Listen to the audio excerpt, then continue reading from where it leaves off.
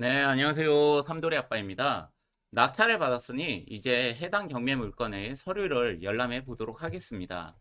서류 열람. 일반적으로 경매 사건 기록 열람이라고 하는데 이 사건 기록에는 경매 사건에 대한 모든 기록이 보관되어 있어 본 사건의 이해관계인이 아니면 열람을 하지 못합니다.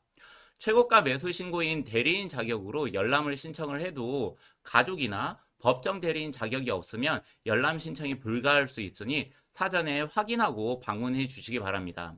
그런데 이 사건 기록을 보는 이유는 점유자의 연락처를 확인할 가능성이 높고 조세 채권에 대한 배당 순서를 확인하기 위해 열람을 한다고 보시면 됩니다. 종합민원실로 가서 경매 서류를 열람하러 왔다고 하면 열람복사 신청서를 작성하라고 합니다.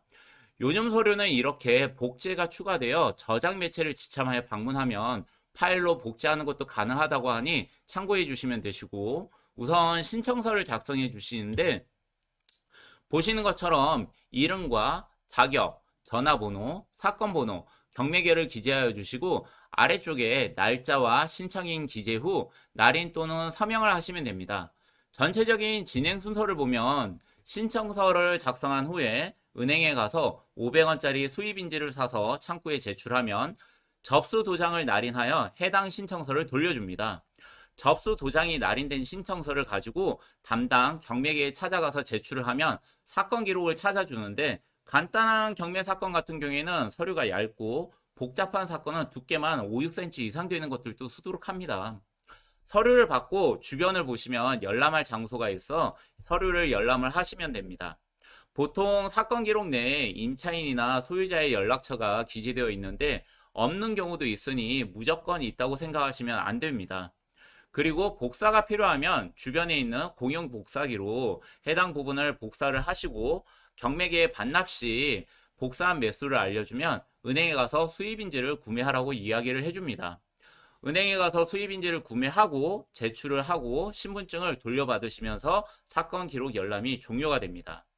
그런데 제가 처음에 조세 채권에 대한 배당 순서를 확인하기 위해서도 열람을 한다고 말씀드렸는데, 이 부분을 설명드리기 위해 배당에 대해서 어떤 순서로 배당되는지 간단하게만 설명을 드리도록 하겠습니다.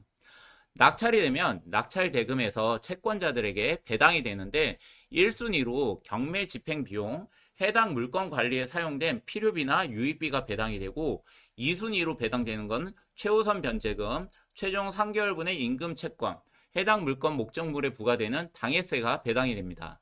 그리고 나서 담보 물건이나 확정일자가 있는 임차보증금, 국세와 지방세 등이 등기부에 등기된 시간 순서에 따라 배당이 되는데, 이 국세와 지방세가 등기부상 압류되는 시점이 아니라 법정 기일을 기준으로 하기에 서류 열람을 해서 확인을 해야 된다는 말씀입니다. 예를 들어 말씀드리면 이 물건 위치는 수도권에 있는 물건인데 20년 2월 10일 경산세무서에서 압류가 들어온 게 있습니다. 경산세무서에서 압류가 들어왔으니 수도권 지역이 아니라 경산이기 때문에 당해세는 아니겠죠.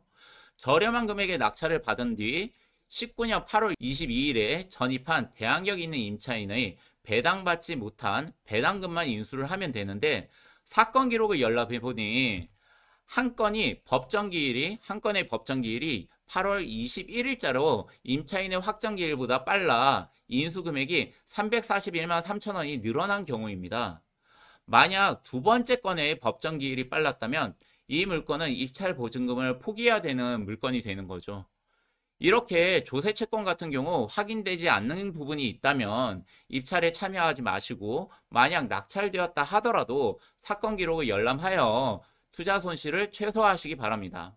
서류 열람은 점유자의 연락처를 확인하기 위해 필요한 것도 있지만 혹시나 모를 투자 손실을 미리 예방하기 위한 것입니다. 이것으로 서류 열람 파트를 마치고 다음은 대금 납부 및 명도에 대해서 말씀드리도록 하겠습니다. 감사합니다.